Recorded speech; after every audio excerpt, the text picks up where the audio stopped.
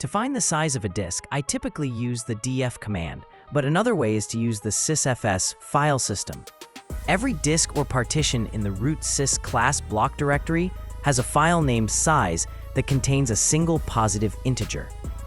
This number does not represent the disk size in bytes. Rather, it indicates the number of sectors. For example, I read the size file corresponding to disk SDA, stored it in a variable, and now I'm printing it using the echo command. This number represents the total number of sectors on the SDA disk. I can do the same for the size file of the first partition, named SDA1. The number of sectors in a partition is always less than the total number of sectors on the entire disk.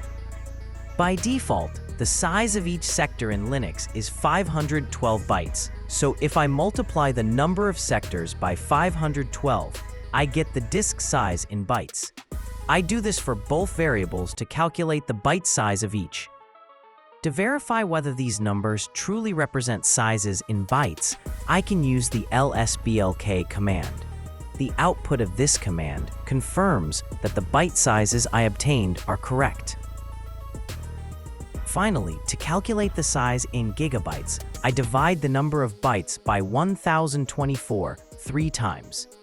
For example, for the SDA, this results in 25 gigabytes. Compare this with the output of the df command, and you'll see the same 25 gigabytes. I hope you found this video helpful, and I'd really appreciate it if you subscribe to the channel.